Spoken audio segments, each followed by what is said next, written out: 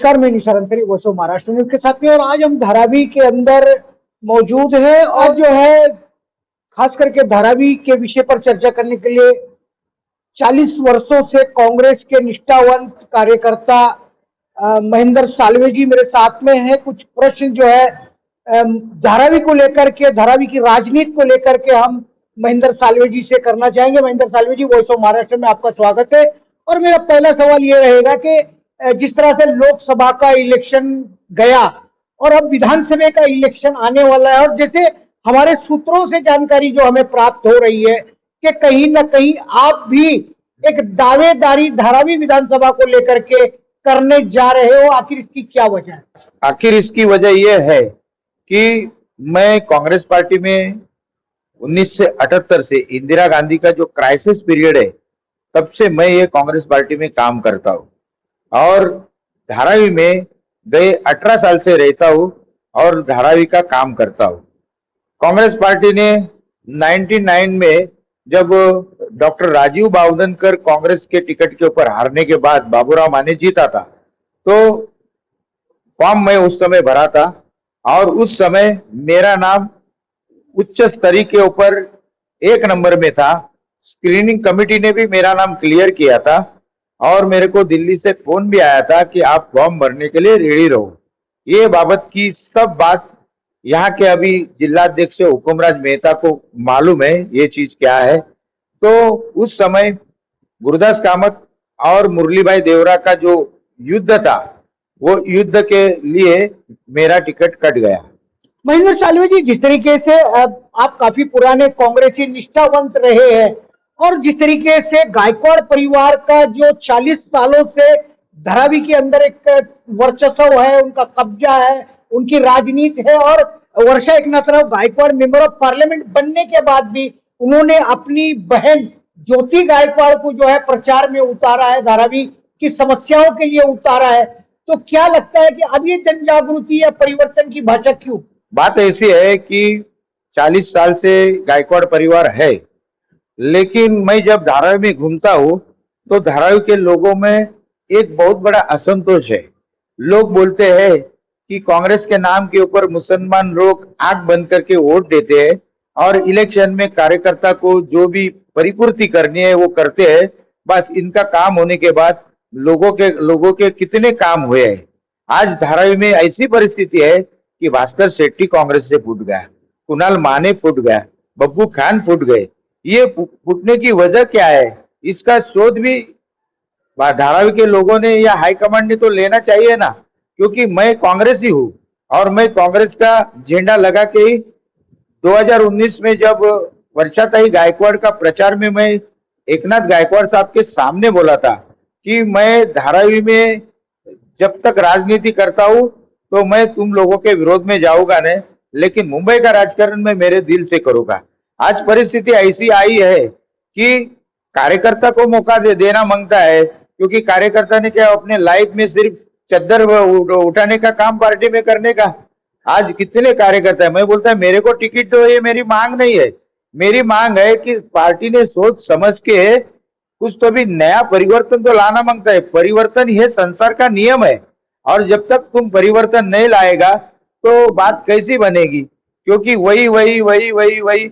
और यदि पार्टी ने ज्योति गायकवाड़ को टिकट दिया तो मैं कांग्रेस का पाइक है और ज्योति गायकवाड़ का काम भी मैं करूंगा।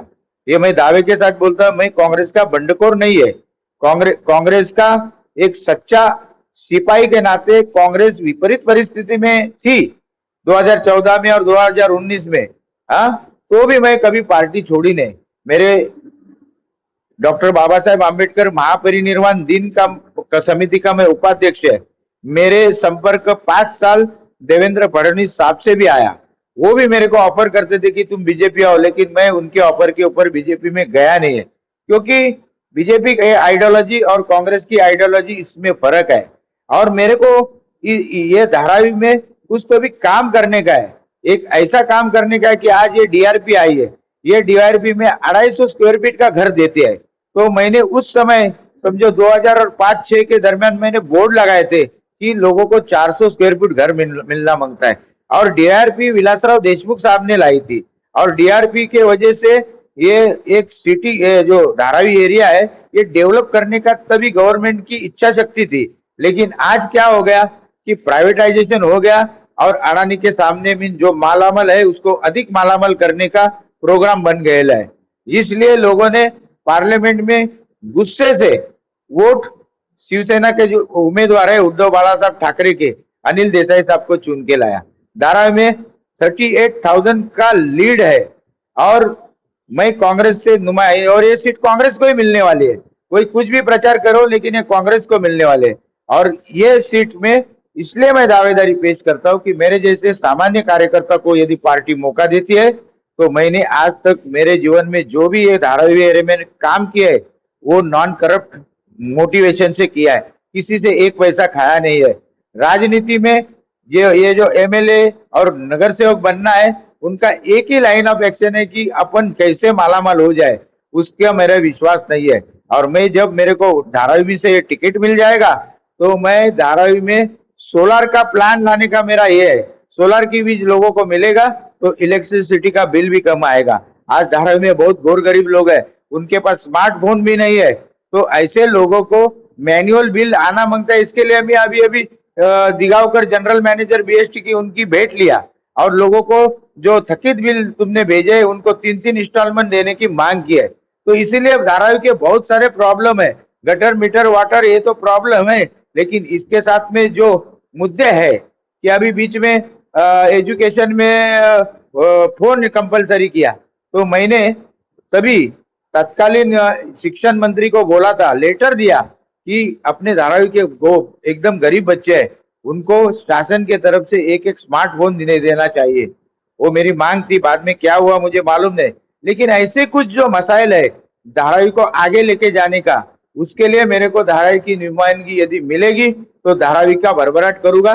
और आज मैं जो काम करता हूँ कोई पद पे नहीं, शासकीय पद नहीं है, एमएलए का पद मिलेगा तो मेरे को जोर मिलेगा और लोगों को ज्यादा करके मैं अच्छे ढंग से मैं मदद कर सकता हूँ।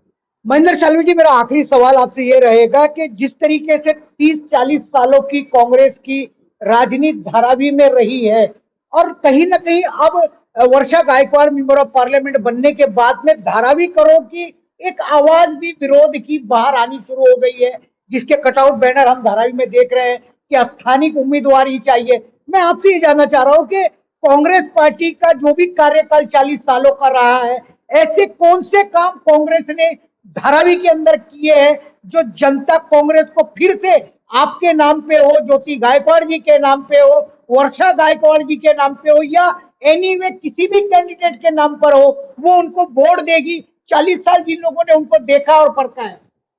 आपका सवाल एकदम जायज है, लेकिन कांग्रेस ये सेकुलर है। सेकुलर है तो जो कांग्रेस को मानने वाले जो लोग है, मुस्लिम लोग है, दलित लोग है, वो आंख बंद करके आज तक वोट देते आ गए। 99 तक ऐसी परिस्थिति थी कि कांग्रेस पत्थर भी खड़ा करता था तो उसको सेंदूर लगाया जाता था। और आज परिस्थिति बदल गई है। आज जो काम करने वाला जो नुमाइंदा रहेगा उसको ही लोग चाहते हैं। ये मेरा अनुभव है आजकल का।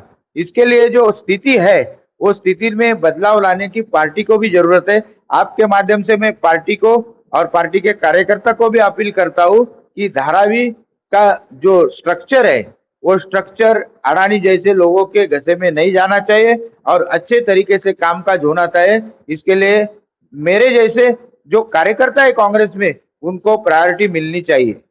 चलिए, जिस तरीके से महेंद्र सालवे जी ने बात कही, परिवर्तन ही प्रकृति का नियम है और कहीं ना कहीं धारावी अब परिवर्तन चाहती है। महेंद्र सालवे जी ने एक बड़ा क्वेश्चन मार्क किया कि एक दौर था 98 के दौर में कि अगर पत्थर को भी कांग्रेस पार्टी खड़ा करती थी तो उसको भी सिंदूर लगा करके लोग जिताने का काम करते हैं। लेकिन अब जनता होशियार और समझदार हो गई है। अब जनता जानने लगी है कि मेरे चुन के दिए हुए मेंबर ऑफ पार्लियामेंट हो, चाहे आमदार हो या नगर सेवक हो, उनकी क्या जिम्मेदारी है और क्या जवाबदारी है और उनको क्या करना चाहिए। और ये उसी की परिभाषा है कि आज कहीं ना कहीं धारावी की गली मोहल्लों में स्थानीय आमदार की बात हो या कार्य की बात हो, लोग कहीं ना कहीं गायकवाड़ परिवार के खिलाफ जो है बातें कह रहे हैं, लिख रहे हैं और कहीं ना कहीं परिवर्तन की आवश्यकता धारावी को है। महेंद्र सालवे जी ने जो सही समय पर सही काम करने का विचार किया, जिस तरीके से उनकी विचारधारा है, 40 सालों से कट्टर कांग्रेसी रहे, लेकिन कहीं ना कहीं उनको ये समझ आ रहा है कि पार्टी को भी समझ लेना चाहिए कि अब वो जनता नहीं है जो पत्थर को कांग्रेस के भगवान मान ले। आने वाले दिनों में पार्टी और जनता किस तरीके से परिवर्तन करेगी उस पर भी हम चर्चा करते रहेंगे। धारावी के विषय को लेकर के महेंद्र साल्वे जी, आपने वॉइस ऑफ महाराष्ट्र से चर्चा की, उसके लिए थैंक्स और धन्यवाद।